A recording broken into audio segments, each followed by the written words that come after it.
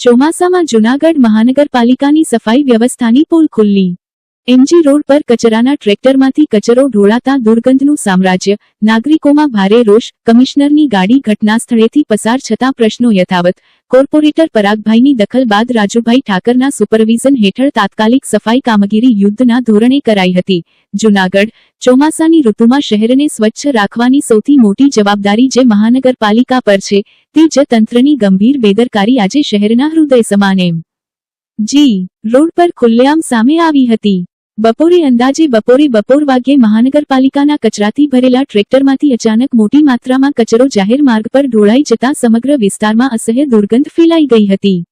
વ્યસ્ત માર્ગ પર કચરાના ઢગલા સર્જાતા વાહનચાલકો, વેપારીઓ અને રાહદારીઓમાં ભારે રોષ જોવા મળ્યો હતો। ચોમાસામાં ગંદકી અને કચરાના ઢગલાઓને કારણે ડેન્ગ્યુ, મેલેરિયા, ચિકનગુનિયા સહિતના ચેપી રોગો ફેલાવાની શક્યતા વધી જાય છે। આવી ગંભીર પરિસ્થિતિ વચ્ચે મહાનગરપાલિકાના કચરા પરિવહનમાં આટલી મોટી બેદરકારી સામે આવતા નાગરિકોએ સવાલ ઉઠાવ્યો છે કે શું શહેરની સફાઈ વ્યવસ્થા માત્ર કાગળો પૂરતી જ સીમિત રહી ગઈ છે? સોમનાથથી હરિદ્વાર સુધીની વિશેષ ટ્રેન સેવાનો ઐતિહાસિક પ્રારંભ। જૂનાગઢમાં વૈદિક મંત્રોચ્ચાર સાથે ભવ્ય વધામણા। જૂનાગઢ તા 7 જુલાઈ દેશના કરોડો શ્રદ્ધાળુઓ માટે આધ્યાત્મિક યાત્રાને નવી દિશા આપતી સોમનાથ હરિદ્વાર વિશેષ ટ્રેન સેવાના પ્રારંભને લઈને આજે જૂનાગઢ રેલવે સ્ટેશન ખાતે ભક્તિમય અને ભવ્ય માહોલ સર્જાયો હતો। ગિરિવર ક્ષેત્રના પૂજ્ય સાધુ સંતો અને ઋષિકુમારોએ વૈદિક મંત્રોચ્ચાર સાથે ટ્રેનનું વધામણું કરી સમગ્ર વાતાવરણને આધ્યાત્મિક રંગે રંગી દીધું હતું। શંખનાદ, વૈદિક સ્વસ્તિવાચન અને હર હર મહાદેવના જયઘોષ વચ્ચે વિશેષ ટ્રેનનું ભવ્ય સ્વાગત કરવામાં આવ્યું હતું। ઉપસ્થિત શ્રદ્ધાળુઓએ આ સેવાને સોમનાથ મહાદેવ અને હરિદ્વાર જેવા બે મહાન તીર્થસ્થાનોને જોડતી ઐતિહાસિક પહેલ ગણાવી હતી। આ પ્રસંગે ભારતીય જનતા પાર્ટી જૂનાગઢ મહાનગરના પ્રમુખ ગૌરવ રૂપારેલિયા સહિત પક્ષના આગેવાનો, કાર્યકરો, સાધુ સંતો, શ્રદ્ધાળુઓ અને મોટી સંખ્યામાં નાગરિકો ઉપસ્થિત રહ્યા હતા। કાર્યક્રમ દરમિયાન સૌએ ટ્રેન સેવાના પ્રારંભને આવકારી ભારતની આધ્યાત્મિક અને સાંસ્કૃતિક એકતાનું પ્રતીક ગણાવ્યું હતું। કાર્યક્રમનું પ્રિન્ટ, ઇલેક્ટ્રોનિક તેમજ ડિજિટલ મીડિયાના પત્રકારોએ વ્યાપક કવરેજ કર્યું હતું। સમગ્ર કાર્યક્રમ ભક્તિ, ગૌરવ અને ઉત્સાહના માહોલ વચ્ચે સફળતાપૂર્વક સંપન્ન થયો હતો। આજરોજ જૂનાગઢ ખાતે આજે જૂનાગઢથી સીધા હરિદ્વાર માટેની ટ્રેનની શરૂઆત થઈ છે, જે વેરાવળથી હરિદ્વાર સુધી ચાલુ થઈ છે। એમાં આજના રોજ જૂનાગઢ શહેરના એમપી શ્રી રાજેશભાઈ ચુડાસમાના પ્રયત્નથી આ ટ્રેનની સગવડ અને ધારાસભ્યશ્રી અને ગુજરાત સરકાર અને કેન્દ્ર સરકાર દ્વારા આ સગવડ જૂનાગઢની પ્રજાને આપવામાં આવેલી છે। ઘણો લાંબા સમયથી હરિદ્વારની સીધી ટ્રેનની માંગણી જૂનાગઢવાસીઓ દ્વારા હતી, જે આજરોજ પૂર્ણ થયેલ છે ને આ એક સરસ સગવડ ભગવાન શિવના પ્રથમ જ્યોતિર્લિંગથી લઈ અને ગંગા ઘાટ સુધીની સારી સગવડ યાત્રાળુઓને પ્રાપ્ત થઈ છે। હરિદ્વારથી જેને સોમનાથ આવવા માટે પણ ખૂબ સરસ આ સગવડ મળી છે, એ બદલ અમે કેન્દ્ર સરકાર અને અમારા ધારાસભ્યશ્રી, અમારા સંસદ સભ્યશ્રી અને ગુજરાત સરકાર, રાજ્ય સરકાર અને કેન્દ્ર સરકારનો ખૂબ ખૂબ આભાર માનીએ છીએ। તમારું નામ? જયેશ સુરજિયા, જૂનાગઢ શહેર મહામંત્રી।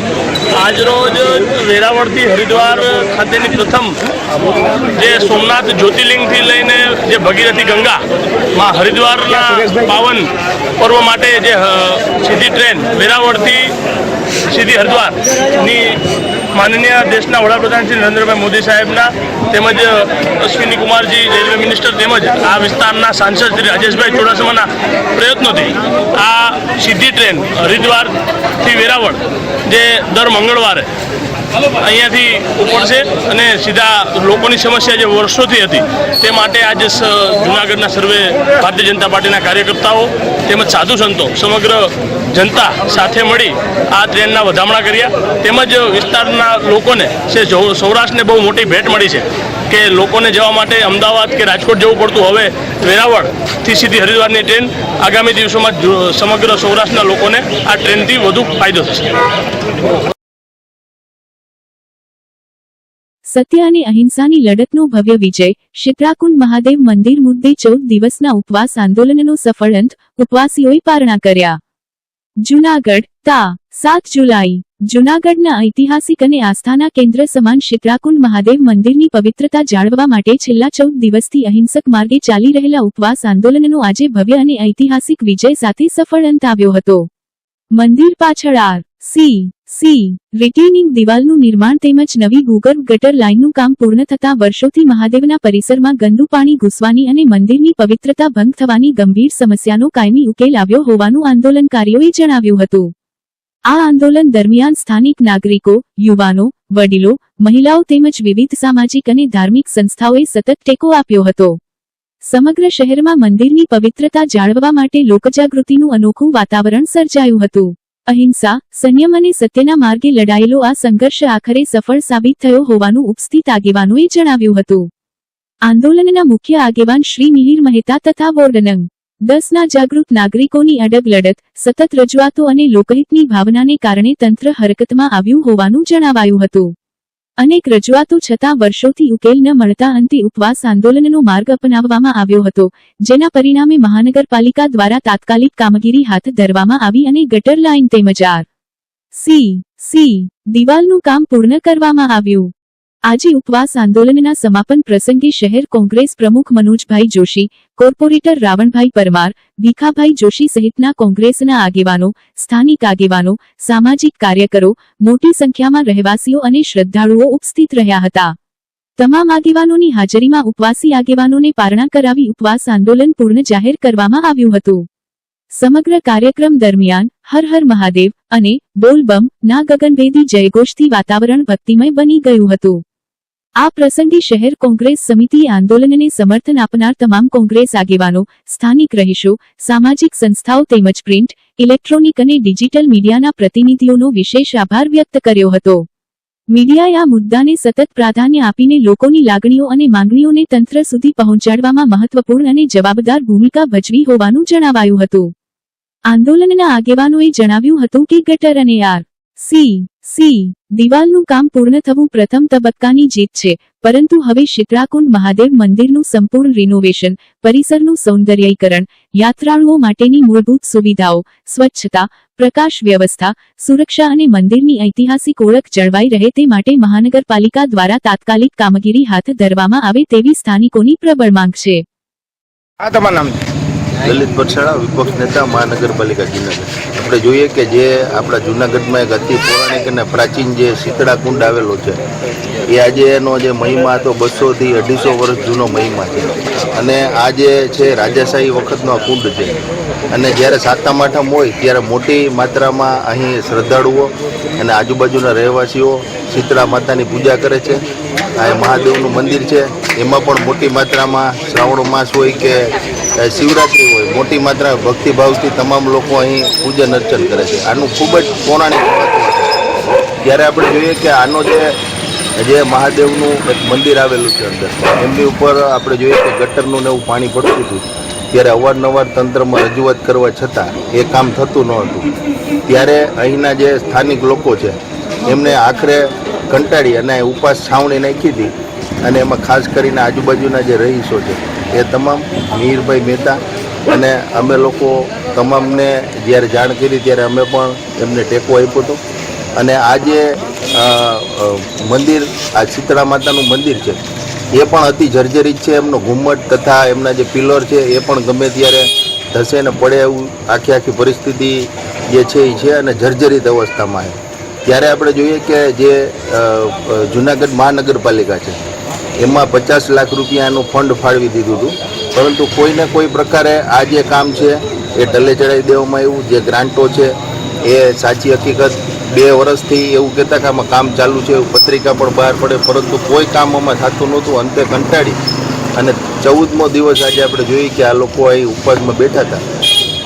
ત્યારે જે મહાદેવનું મંદિર જે આપણે આવેલું હતું એમાં જે પાણી પડતું હતું એમાં પાછળની સાઈડ જે ગટર હતી કાઢી અને ત્યાં આરસીસી આખું ખીલાહાડી નાખી અને આરસીસી કરવામાં આવ્યું. ને મહાદેવનું જે મંદિર હતું એમાં જે ખરાબ પાણી આવતું એ હાલ બંધ થયું હતું અને આજે પારણા કરવામાં આવ્યા હતા.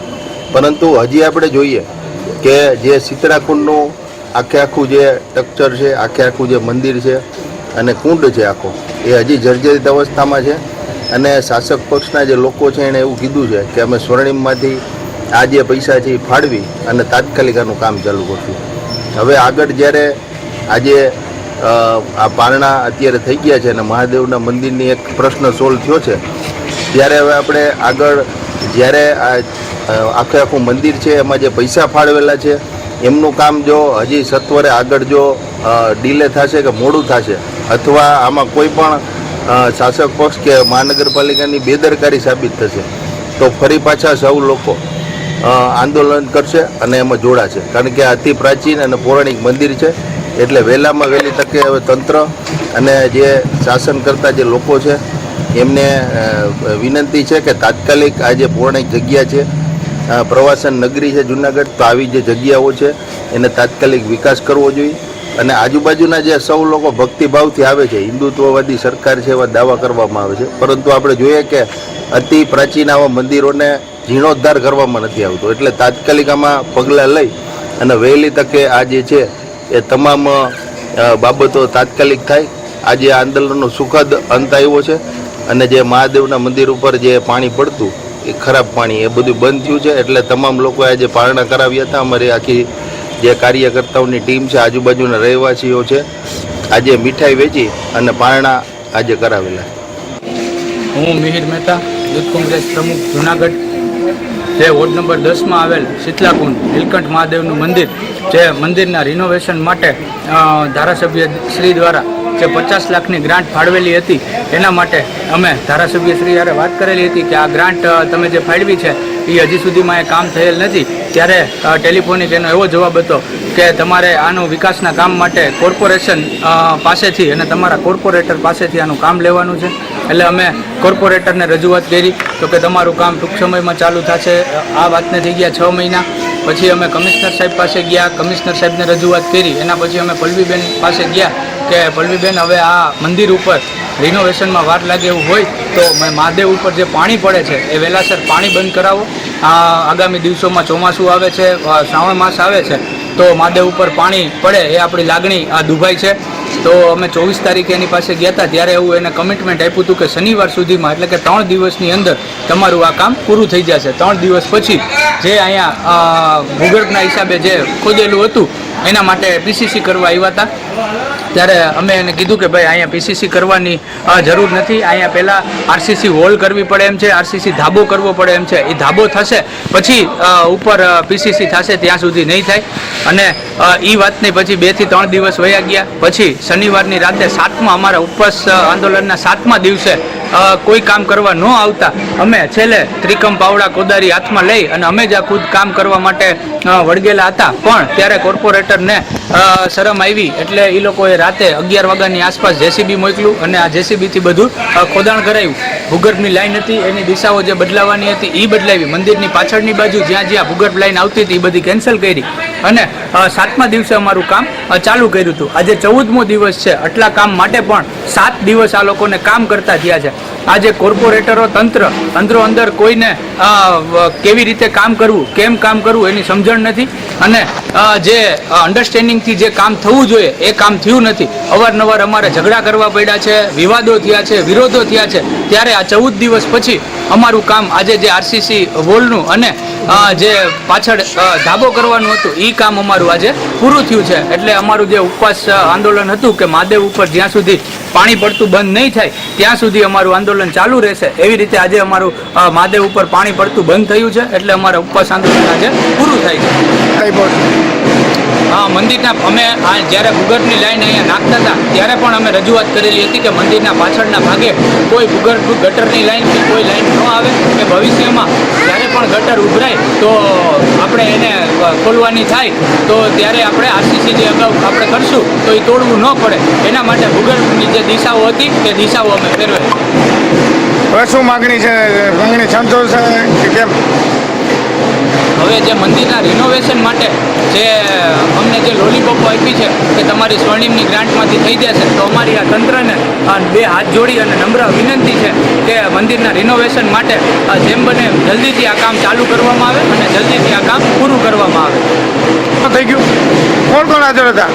અમારે જે આખા અમારા ઉપવાસ આંદોલનની અંદર મીડિયા મિત્રો, શહેર કોંગ્રેસ પ્રમુખ મનોજભાઈ, વિરોધ પક્ષ નેતા લલિતભાઈ, વિજયભાઈ દવે, ભીખા બાપા, રાવણભાઈ, આ બધાએ અમને સપોર્ટ કરેલો છે અને આજે અમારું કામ પરિપૂર્ણ થતાં આજે અમારા પારણા થયેલા છે. આગામી દિવસોમાં આ મંદિરને લઈને કેવો મુદ્દો આવશે? આગામી દિવસોમાં જ્યારે જે સ્વર્ણિમની ગ્રાન્ટ આવવાની છે, લોલીપોપ આપવામાં આવી છે, એ લોલીપોપ નહીં પણ આ મંદિર માટે જે વિકાસનું કામ કરવાનું છે એ જલ્દીથી જલ્દી કામ કરવામાં આવે અને હજી જો આ કામ પૂર્ણ કરવામાં નહીં આવે તો અમે આનાથી પણ ઉગ્ર આંદોલન કરી અને મંદિરનો વિકાસ જેમ બને એમ વહેલું ચાલુ કરાવશું અને વહેલું પૂરું કરાવશું. મહાદેવ, હું રમેશભાઈ બધિયાણી શીતલાકુંડ વિસ્તારની અંદર છેલ્લા 20-25 વર્ષથી રહું છું. શીતલાકુંડ મંદિરની અંદર જે મહાદેવના શિવલિંગ ઉપર જે ગટરનું તથા ચોમાસાનું પાણી જે પડતું હતું તેના ઉપલક્ષની અંદર અમે અવારનવાર સત્તાધીશોને રજૂઆત કરી. રજૂઆતની અંદર એવું અમને કહેવામાં આવ્યું કે અમે 1-2 દિવસમાં ચાલુ કરશું, 1-2 દિવસમાં ચાલુ કરશું. છેલ્લા અમારે ન છૂટકે હાથની અંદર ત્રિકમ પાવડા કોદારી લઈ અને અમારા હાથથી સ્વનિર્જન કરીને અમે કામ ચાલુ કર્યું. ત્યારે આ તંત્રના શરમ આવતા ત્યારે રાતના 11 વાગે જેસીબી મોકલી અને ખોદકામ કરાવી અને અમારું જે આ ગટરનું પાણી આવતું હતું મહાદેવના શિવલિંગ ઉપર તેને આરસીસીની દિવાલ કરી, નીચે ધાબો કરી અને એ કામ આજે પૂર્ણ કર્યું. આ એટલા કામની અંદર અમારે 14 દિવસથી આ ઉપવાસ આંદોલનની અંદર બેઠા હતા. હવે ઉપવાસ આંદોલનની અંદર અમે જે 14 દિવસથી બેઠા હતા એ કામનો આજે પરિપૂર્ણ થાય છે અને અમે પારણા કરી લીધેલા છે. કોણ કોણ આવ્યા તેમાં? આની અંદર વિરોધ પક્ષના બધા નેતાઓ આવ્યા હતા અને હજી સત્તાધીશો તો હજી સુધી ફરકા નથી. મિહિરભાઈ મહેતા અને ભાઈ હિતેશભાઈ ઉદાણી એ પણ અમારી મુલાકાતે આવેલા છે. પારણા થઈ ગયા? પારણા, હા, અમારે પારણા થઈ ગયું છે.